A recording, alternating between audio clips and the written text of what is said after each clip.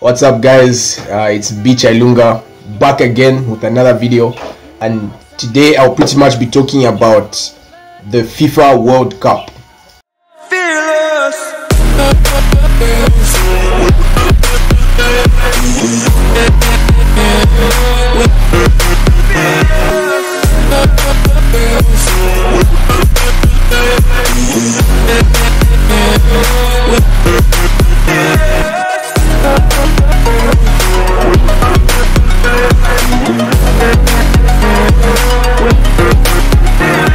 So of course, for the longest time, the World Cup has been the most prestigious tournament in world football, right?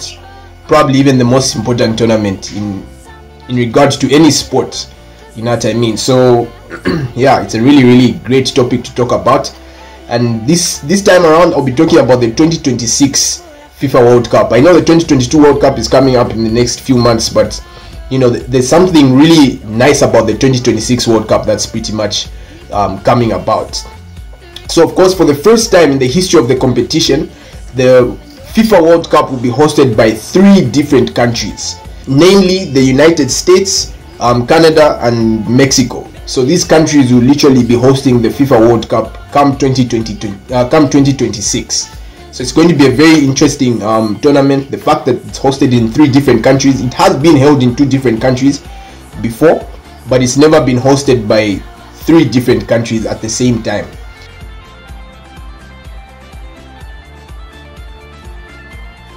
So that's pretty interesting. And so in the United States, we pretty much have 60 games. They will cover 60 matches of the tournament, and then Mexico and Canada will have 10 matches each. With that being said, it will be going across 16 different cities altogether. So yeah, that's really nice, and it will be a really interesting tournament because the level of collectiveness among people will be insane. I remember the experience that I had in the 2014 World Cup. You know, I was pretty much at the time I was in Spain, and it was really interesting to see. Like, there were so many different people gathering. It was really amazing. Trust me, like, there were people from all different countries, like Belgium. You'd see a lot of people with different flags from Argentina.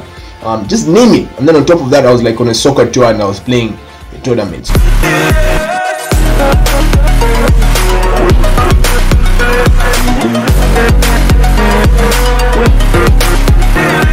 So it was very interesting to watch and just be a part of altogether, seeing different cultures, seeing different kinds of people. And yeah, I mean, I really enjoyed myself. I'm not even going to lie, it was amazing. I was privileged enough to be in that position, and you know, I'll always be thankful to God for that opportunity. And it's taught me a lot. Like, I've grown tremendously from that experience, and it's really made me a better person, and you know, all that stuff.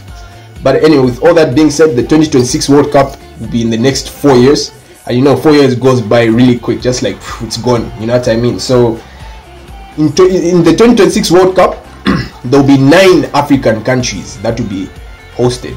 You know, they're going to have 9 African countries representing the continent, and unlike the 5 that they usually get, because you know, the competition is insane here. 5 different countries only from 54 contestants. No, God, please, no. So you can imagine how intense that is, because you can only have 5 different countries manage to make it to the World Cup. But now at least it has increased slightly, and from the usual 32 countries that will be involved, there will be now 48 different countries that will be representing you know, their respective, that will be at the World Cup altogether, you get. So it's going to be quite interesting to watch. The big question here is, can Zambia make it to the 2026 World Cup? So of course, of recent times, we've even been struggling to make it for the Africa Cup of Nations, so that puts us in a very vulnerable position, and it makes it very difficult for us to even be thinking about qualifying for the World Cup, right? But yeah, that is right now, but a lot can change in the next 4 years. So much can actually change, and we can only hope that the best can come out of the situation, as far as us building a strong team and ensuring that we ultimately get our hands on being at the FIFA World Cup for the first time in the history of our country's you know, existence anyway. So that would be really interesting. I'm really excited about that. I know we can actually do it, but it's just a matter of doing things in the right way, being persistent, and because like I said, I've spoken about Zambian players before, and you know the talent here is tremendous. We've got so much talent, but I think it's a matter of discipline. Like we lack discipline, and aside from that, even just on the pitch, I think we look more at physique. We don't really focus much on the players' technical side of the game. So technicality covers a huge spectrum of things, right?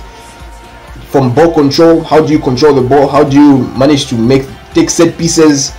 You know, how do you shoot the ball?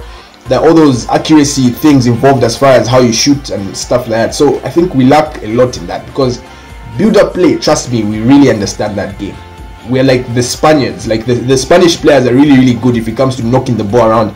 We know how to hold the ball, we know how to knock it around, and then be able to reach in the opposition's box in order for us to get a goal or whatever the case. So the whole point is for us to reach in the box and get obviously the goals. But when it comes to scoring now, that's what the biggest problem is. We do not have finishers, we do not have strikers who are capable enough, unfortunately, to pretty much be scoring the vital goals and ensuring that you know, we know how to get the wins that we need.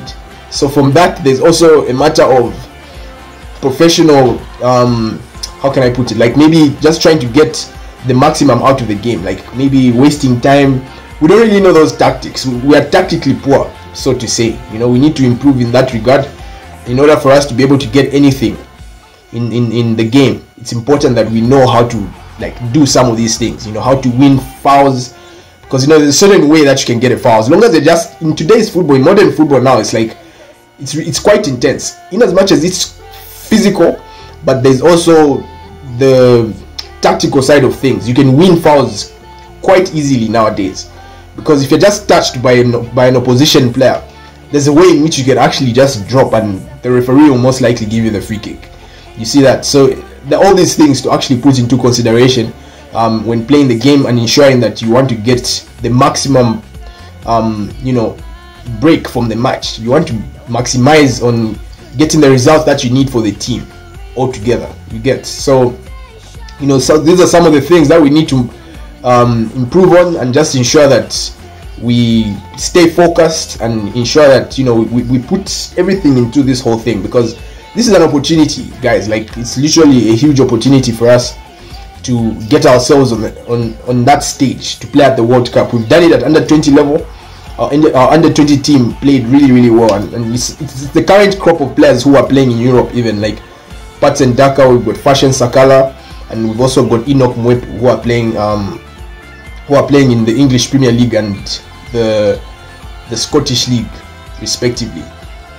Yeah, so these are some of the players that we have who are currently out there and stuff. So it's amazing to see, and hopefully our country Zambia can even get ourselves in these in the World Cup. You know what I mean? Like, we really need to get ourselves to the World Cup for the first time in the history of our existence. So it would be really, really amazing to be able to maximize on that opportunity.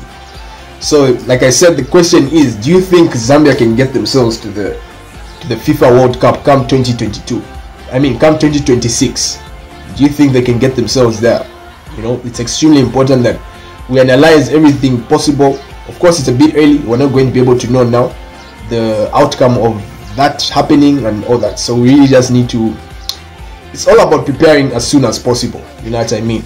The soonest we get ourselves in check with that, then we've already missed out on the 2022 one. So we can just start thinking about the 2026 World Cup and representing the country there for the first time in the history of our existence, considering the new changes that are there, because now more teams are participating. So it makes it makes things even better for us to be able to qualify, and it makes things easier to a certain degree. Of course, it's not easy to qualify altogether, but then it's very possible for us to qualify if we just stay focused and work on the things that we are lacking in, you know. So once we do that, then we'll be able to get ourselves at the FIFA World Cup come 2026.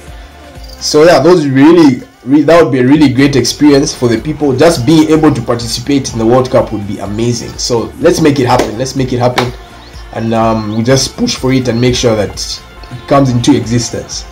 So if you've reached this far in the video, thank you very much. If you're subscribed, thank you for being subscribed to my channel. If you're new to the channel, welcome.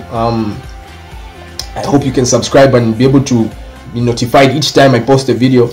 And if you want, you can check out the videos that I've posted before as well. They're quite insightful and you'll be able to pick up quite a lot from them. And yeah, we'll see you in the next video. Don't forget to like, share, comment and subscribe. Fearless.